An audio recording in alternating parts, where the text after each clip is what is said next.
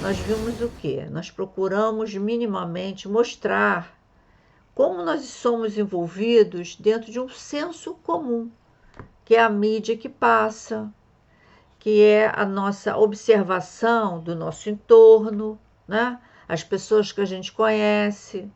Então, as críticas, elas são pertinentes. Existe fraude? Muita. Infelizmente, cada vez que a gente se aprofunda mais nos estudos, a gente percebe claramente, gente, a existência de fraude. Então, não há novidade, né? A corrupção e a fraude é uma realidade, é um fato. Então, qual é a novidade de eu estar aqui? Né? As notícias, os relatos, a nossa vivência no dia a dia, tudo isso já está colocado. Então, qual é a novidade de eu estar aqui escutando, né? O que a Sônia tem para falar? A novidade é o que eu acabei de dizer, a necessidade da gente saber votar. Só isso. Temos que saber a importância e o significado do voto. Porque nós estamos escolhendo pessoas que vão cuidar, vão mexer com o nosso dinheiro. Pessoas que vão cuidar, que vão mexer com nossa vida em sociedade, nossa vida pessoal, seja na área da educação, da saúde. Se hoje você tem uma guerra imensa pela defesa da educação pública, da saúde pública, é porque lá atrás pessoas votaram em outras pessoas que entraram na política e que acham que colocar tudo no setor privado é que é o correto. Quem tiver dinheiro, paga. Quem não tiver, se vira. Então, entender o que é ideário, o que é um conjunto de ideias, sabe, que rege a nossa vida em sociedade, isso é fundamental. Fundamental. Se você realmente tem amor à sua família, tem amor a você, se você respeita a sociedade que você vive, o país que você vive, que você nasceu, você vai ter que entender sim um pouco mais de política. Bom, e eu aqui no meu papel tentando ajudar nesse processo, tá? Então, o diferencial é entender o processo de criação de um projeto de lei. O que é isso? Por que se cria um projeto de lei? A importância e finalidade de um projeto de lei, no caso Bolsa Família. A diferença entre fato e oportunismo político. Né? Não se coloca aí que o Bolsa Família é moeda de troca? E não. Se tornou moeda de troca. O Bolsa Família se tornou moeda de troca, moeda política. E que o entendimento do processo político, do porquê das decisões políticas, é fundamental para orientar o voto nas eleições. Se você minimamente começar a entender isso, por que o presidente tomou tal decisão? Vai afetar quem? Quais pessoas? Eu devo apoiar essa decisão? Por quê? Porque eu estou dentro desse contexto, eu faço parte, estou dentro do perfil dessa lei. Se eu não estou, por que eu devo apoiar? consciência política faz com que eu apoie esse programa integralmente. E é esse apoio que eu espero que você comece a considerar. E mesmo que você não apoie, porque você acha desnecessário, você entender a existência dele. E na hora de você votar, votar em pessoas que pensam em toda a população. Entendeu? Parte 1. Qual é o público-alvo? Está definido, gente. A lei é clara. É muito clara. Você pega a lei, ela é objetiva. Depois eu vou ler algumas coisas aqui. Ela é objetiva, ela é clara, ela é bem definida. Uma outra questão também. Existe a fraude porque não tem fiscalização. Eu fui procurar saber. Gente, tem overdose de fiscalização em todos os níveis, federal, estadual, municipal. Então, como é que acontece a fraude? E aí nós temos que entrar na questão das relações sociais, das relações entre as pessoas. Você já ouviu falar em clientelismo? Moeda de troca, toma lá da cá. Aliás, Miguel Falabella tinha um seriado muito engraçado, né? Toma lá da cá. Então, eu já vou te trazer aqui a estatística. Toda lei, toda boa lei, a lei de cotas, eu sempre falo, vou falar só dessas duas, a lei de cota, a lei do Bolsa Família, parte de uma demanda. Como é que o Estado, o governo, né, ele vai conhecer a população, 215 milhões, né, que somos, mais ou menos, de brasileiros, como é que ele vai saber as classes sociais artificialmente construídas, né, a partir do capitalismo, né? Essa desigualdade socioeconômica. Então, como é que eu vou saber o que eu preciso fazer? A Sônia pagou os impostos dela. E aí? O que eu vou fazer com aquele dinheiro? Um governo minimamente sério, ele vai ver dentro da sua casa, né? Eu sempre falo isso. Você vê o quê? O que é prioritário? Eu quero tudo, eu quero comprar tudo. Não, mas tem coisas que são prioridade. Quando, por exemplo, Lula fala, eu governo para todos, mas minha prioridade é a população pobre. Essa desigualdade socioeconômica, gente, é artificial, é cruel, é danosa, é danosa.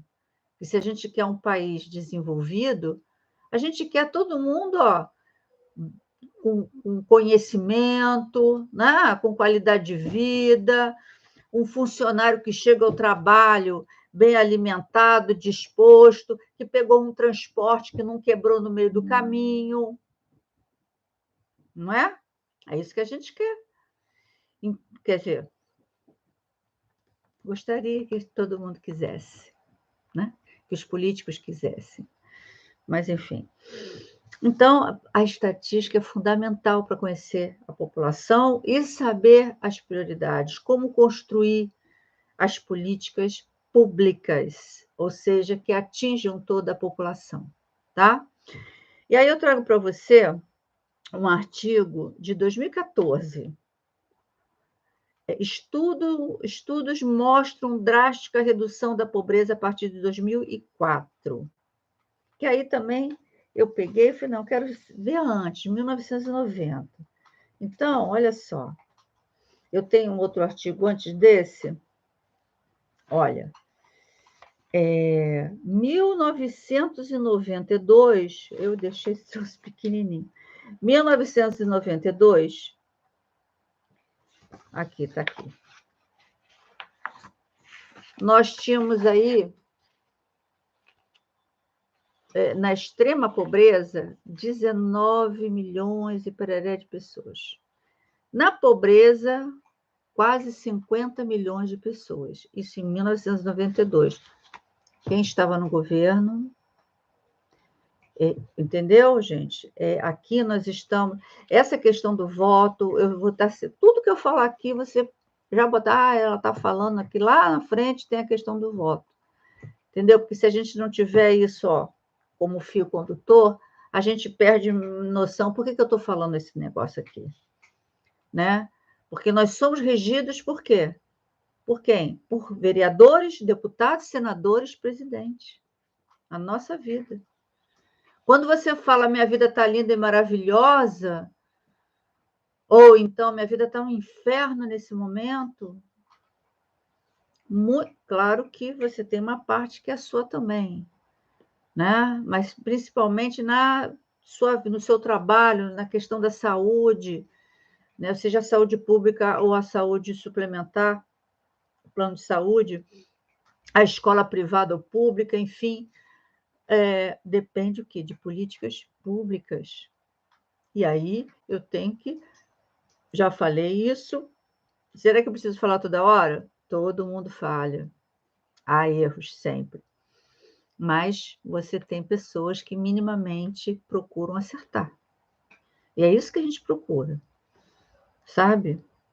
Então, em 1992, você tinha esse quadro, quase 45 milhões, 247, enfim, quase 50 milhões de pessoas na pobreza e quase 20 milhões de pessoas na extrema pobreza.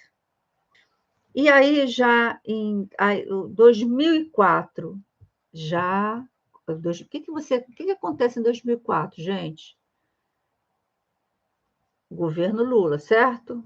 Governo Lula, 2004, sancionou-se o Bolsa Família. E o plano, 2011, o plano Brasil Sem Miséria. Deixa eu pegar minha escolinha aqui, porque senão já viu, né? Você tem o plano, que aí amplia, né? E você tem, então, o plano Brasil Miséria, que aí decreto 7.492, de 2 de junho de 2011. Aí você tem os 3 eixos, que é uma das críticas, né, que eu escutei. É só dinheiro? Que é isso que você escuta no senso comum, pela mídia, né, gente? Que é como se fosse aquilo só. Eu falei, não, peraí, não é isso, né? Então, o Bolsa Família hoje faz parte de um plano maior, que é dar a capacitação para a pessoa, ou seja, né, eu quero que a pessoa aprenda a pescar, não que entregar só o peixe. Então, você tem o peixe que é entregue, eu estou com fome, eu não sei nada, não sei fazer nada, não tem emprego, não tem trabalho, eu vivo na extrema pobreza. Então, vai lá, você tem ali o peixe, para você matar sua fome de primeira. Mas depois já matou a fome, agora você vai aprender a pescar o seu próprio peixe, né? Inclusão produtiva.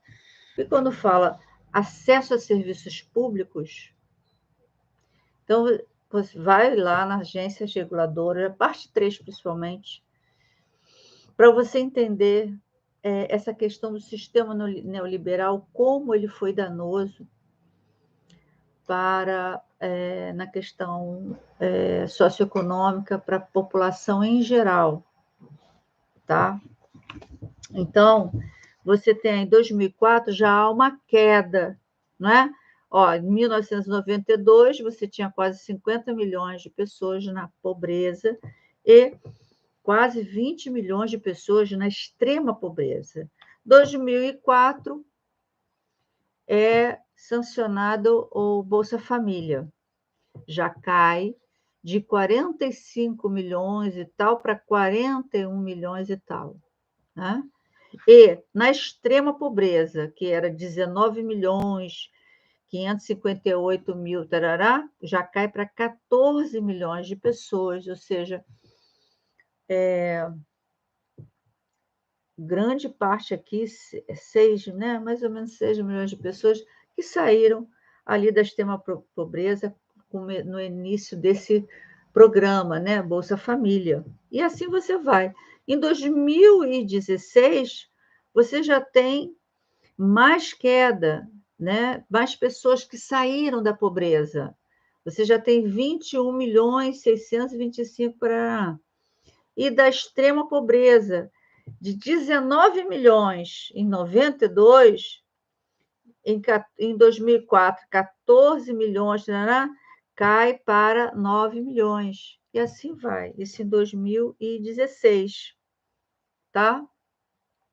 Então, quando a gente vai avaliar um programa, uma política pública, né, um decreto, uma lei, a Lei Maria da Penha, né? Por que foi criada? Dando outro exemplo assim bem, né, num outro campo. Por que foi criada? Foi criada para tal coisa. Quantos anos? Tem 11 anos, se não me engano, né, que ela fez, Maria da Penha. O que aconteceu? Houve uma redução da violência doméstica? Não houve? Deu resultado? Ela foi importante a sua criação? Percebe, gente? E se a gente não entender isso, sabe, chega na hora do voto, você vai votar em pessoas que defendem a violência doméstica, que defendem a submissão feminina. Bom, então você tem esse gráfico aqui, que é o Brasil de 1992 a 2016. Depois, um outro gráfico que eu já ia falar dele, né, logo no início,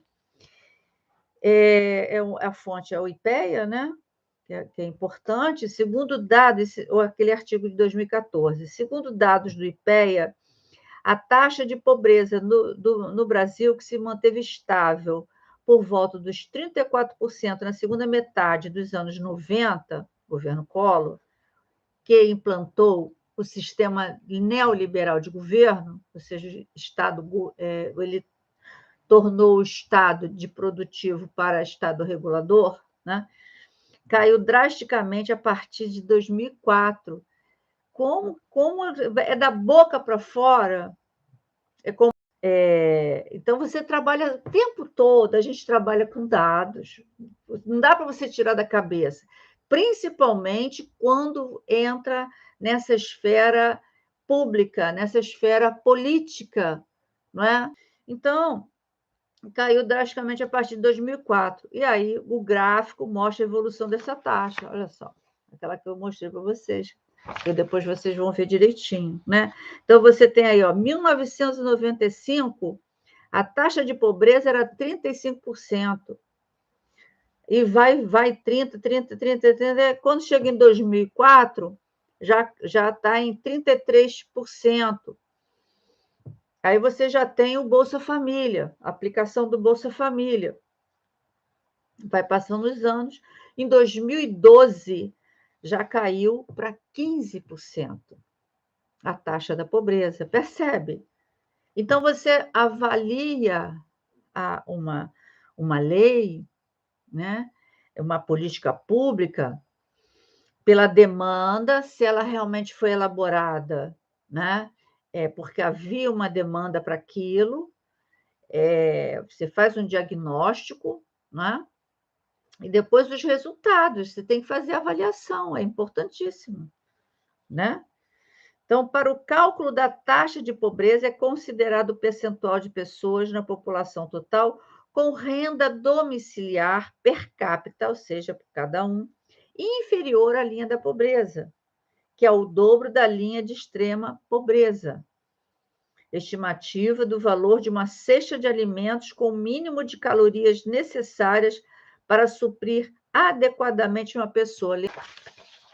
Pobreza e extrema pobreza entre 90 e 2014, a 2014. Segundo estimativas do Ministério do Desenvolvimento Social e de Combate à Fome, aliás, esse ministério foi criado em 2004, daí a sua importância, né? A indigência saiu de um patamar de 14% da população brasileira em 1992 para 2,5% em 2014. Nessa metodologia, considerou-se como linha de extrema pobreza a referência normativa, né? Um dado que se coloca como padrão, que normatiza, que orienta, tá? A conduta de indigência do Plano Brasil Sem Miséria, que em junho de 2011 estava muito próxima da linha internacional de extrema pobreza do Banco Mundial. Isso eu falei na parte 1, né, dessa, de como estamos alinhados ali com o Banco Mundial, né? De US$ 1,25 ajustados ao poder de paridade de compra nos Estados Unidos. Isso tudo já expliquei lá na parte 1. A pobreza, medida a partir de uma linha de referência de R$ 140, isso em 2019, hoje está em R$ 2.218, tá? Apresentou um declínio mais forte, caindo de 31% para 7% da população entre 92 e 2014. Então, gente, a fraude existe. O Bolsa Família se tornou moeda moeda política de apoio entre políticos, entre esferas de poder, tá? Eu tenho aqui um artigo para ilustrar o que eu estou falando, da distribuição da verba federal do Bolsa Família, onde no governo Bolsonaro foi dado mais verba para o Sul do que para o Nordeste. Quer dizer, houve uma desconsideração às necessidades ali diagnosticadas. Por que foi privilegiado o Sul? Houve aí uma questão de apoio político ao governo. O governo, já no final, né, para falar, o governo ele cumpriu a sua finalidade quando lançou o Plano Brasil Sem Miséria, fundamentado em 3 eixos: garantia de renda, inclusão produtiva e acesso a serviços públicos. Eu já falei, estou me repetindo aqui, enfim. É claro, objetivo e correto os decretos e leis que criaram o programa Bolsa Família, que é a Lei 10.836, de 9 de janeiro de 2004, e que altera a Lei 10.689, de 13 de junho de 2003.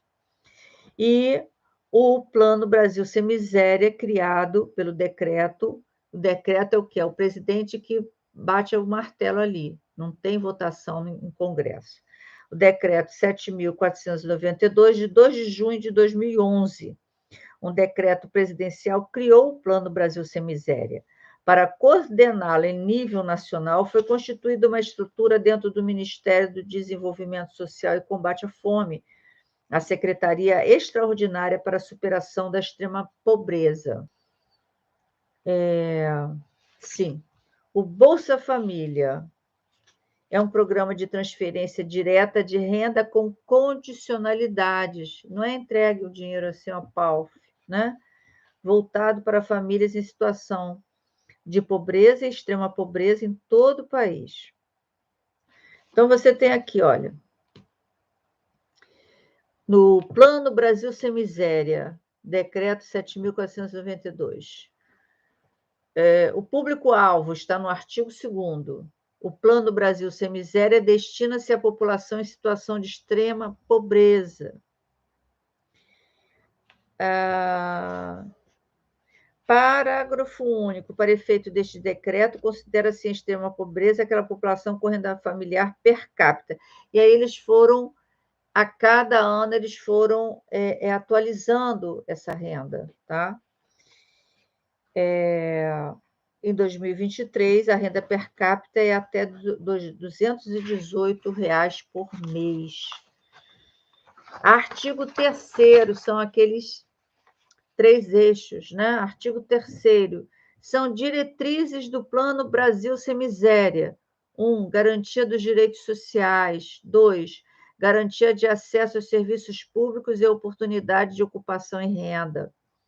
3. Articulação de ações de garantia de renda com ações voltadas à melhoria das condições de vida da população extremamente pobre, de forma a considerar a multidimensionalidade da situação da pobreza. Artigo 4º. São objetivos do Plano Brasil Sem Miséria. 1. Elevar a renda familiar per capita da população em situação de extrema pobreza. 2. Ampliar o acesso da população em situação de extrema pobreza aos serviços públicos. 3. Propiciar o acesso da população em situação de extrema pobreza à oportunidade de ocupação e renda por meio de ações de inclusão produtiva. Parágrafo único. O cadastro único para programas sociais do governo federal, previsto no Decreto 6.635, de 26 de junho de 2007, será utilizada como instrumento básico para identificação do público e planejamento das ações do Plano Brasil Sem Miséria. Vamos falar do cadastro único, certo? Artigo 5º. São eixos de atuação do Plano Brasil Sem Miséria. 1. Garantia de renda, que é o programa Bolsa Família. 2. Acesso a serviços públicos, água, luz, nutrição infantil, etc. 3. Inclusão produtiva, que é o Pronatec, empreendedorismo, Programa Crescer, economia solidária, aprendizagem profissional e vários outros programas, tá? As condicionalidades para a pessoa ter direito à Bolsa Família. Na área da educação, matricular e garantir frequência mínima de 85% nas aulas para crianças e adolescentes de 6 a 15 anos, e frequência de 75% para jovens de 16 a 17 anos. Na área da saúde, fazer o acompanhamento do pré-natal, cumprir cronograma de vacinação das crianças menores de 7 anos, acompanhar crescimento e desenvolvimento das crianças menores de 7 anos. Ações complementares são um conjunto de iniciativas do Estado e da sociedade voltadas ao desenvolvimento das famílias. Elas podem ser promovidas por todas as esferas do poder público, governo federal, estados, município e Distrito Federal, assim como por grupos organizados da sociedade civil.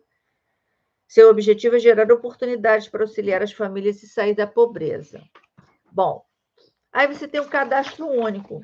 Então, olha só, para você ter acesso aos programas sociais, que não é só o programa, o Bolsa Família, você tem que acessar e se inscrever no cadastro único, tá certo? Então, olha só, cadastro único. Vamos lá. Você vai lá, você pode ir presencialmente ou pelo aplicativo, tá? Você vai, faz a sua inscrição, coloca lá quantas pessoas você tem na sua casa, a renda, tudo bonitinho, tá? Então, você tem vários, falei que há fiscalização, não falta fiscalização de toda ordem. Em nível municipal, o cadastro único, aí você tem a visita do funcionário, que vai lá, tá?